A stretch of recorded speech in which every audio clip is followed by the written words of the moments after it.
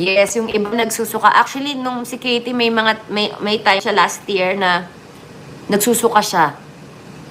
Tapos, basta nag-mall kami, tapos bigla na lang mainitin na yung ulo niya. Tapos pag uwi niya, parang nilalagnat.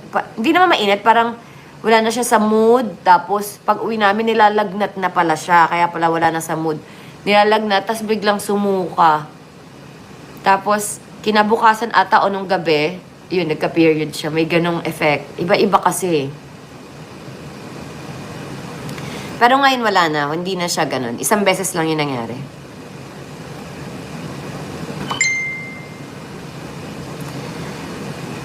Yes, di ba nag-stem cell ako last March or April? April. Nung nag-stem cell ako, di ako nagka-period ng May. Sabi ko, nagulat ako. Sabi ko, ano yun? Ba't di ako nagka-period ng May? Tapos nung June bumalik, nag-normal na. As in yung parang dati na parang normal na. Yung parang first day, spotting. Second day, medyo malakas. Third day, sakto. Fourth day, hanggang fifth day, sixth day, na normal na. Pero last year, tsaka 2 years ago, as in, matindi yung bleeding ko. Tapos, kung napansin nyo na talagang haggard ako, malalim yung mata ko, ganyan. Nagkaroon ako, nagka-anemia ako dahil low blood ako. Pag nagkaka-period ako, grabe yung yung OA. OA talaga. Yun, lagi ako nahihilo din nun.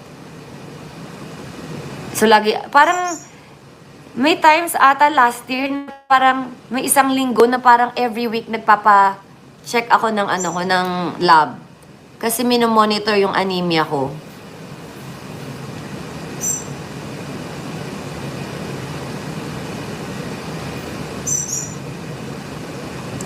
Mr. B po, takot pa rin po ba pag may dalaw kayo?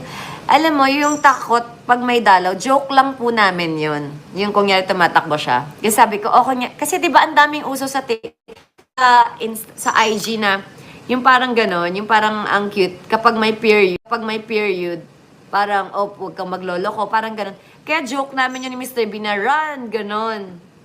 Eme. Kaya lang parang ayoko na rin siyang gawing joke, kasi di ba parang, madidikit lang sa akin yun, baka sabihin na naman, ginagamit ko pa.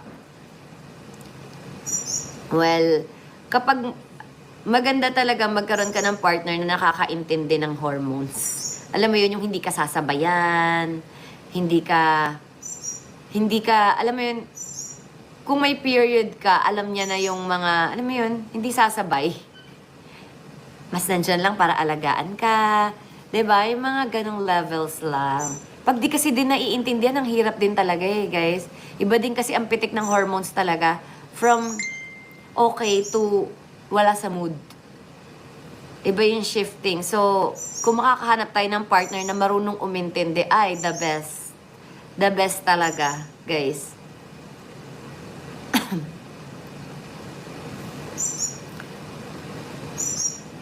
Cause din yan is pag-stress ka. Siguro, pero yun nga, meron akong adenomyosis. Nakita naman din po sa aking ultrasound.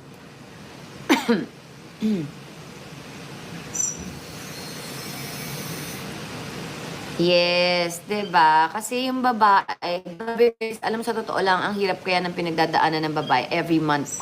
Every month kailangan pagdaanan yung ganun. Buti sana kung magkakaroon ka lang ng period hindi Pati yung moods mo, pati pagkain mo, pati katawan mo nagbabago. Alam mo yun? Na kung napabayaan mo, padagdag ka ng padagdag ng timbang. Kasi syempre during PMS mo, nagki-crave ka ng matamis, ng maalat, ng maasim, na kung ano-ano, mga chips na hindi mo maintindihan, na pag di mo nakain, parang bad trip ka. Ganun talaga, guys. Hindi magets. Tapos, parang patang-pata yung legs mo. Kala mo, ang tawag doon? Parang hinasing ka. Parang wala siyang lakas, patang-pata talaga yung hita, yung balakang, yung likod, di maintindihan, ang bigat lahat. Para siyang buntis. Ang babae parang buntis every month. Di ba yung buntis may cravings, may moods, di ba ganon? So, yung mga babae every month, pag nagkaka-period, parang buntis. Nagsusuka din. Minsan, nahihilo. Walang magawa, nakahiga na lang, nakahilata. Ewan, ganun. Pagod na pagod.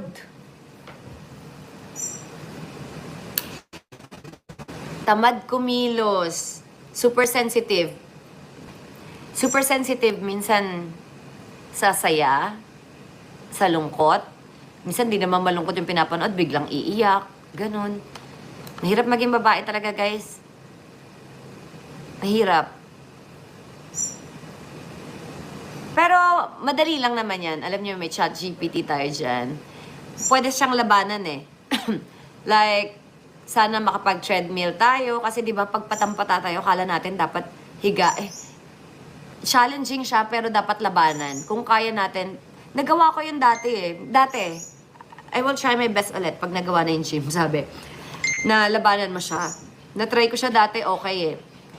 Before PMS, nagte-treadmill na ako. Tapos hanggang sa, alam mo yun, parang nasanay yung sarili ko. Hanggang sa nagka-period ako, nagte-treadmill ako. Kahit walk na lang, light na lang. Tapos yung food, kung kaya din, alam mo yun, yung kakain tayo ng, i-search lang natin kung ano yung mga pwede natin kainin. Yes, para ka naglilihi, totoo yan. I-search natin kung ano yung mga pwede natin kainin. Kasi meron yan eh. At saka yung mga bawal natin kainin. Kasi minsan yung mga inakain natin is, magaling lang ako mag-talk ha, pero hindi ko yan siya nagagawa, guys. Gawin natin. Siguro kung may mga kasama ako na gagawa din ng ganun, baka i-push na din natin to. I-search natin kung ano yung mga pwede natin kainin, tsaka pwede nating iwasan.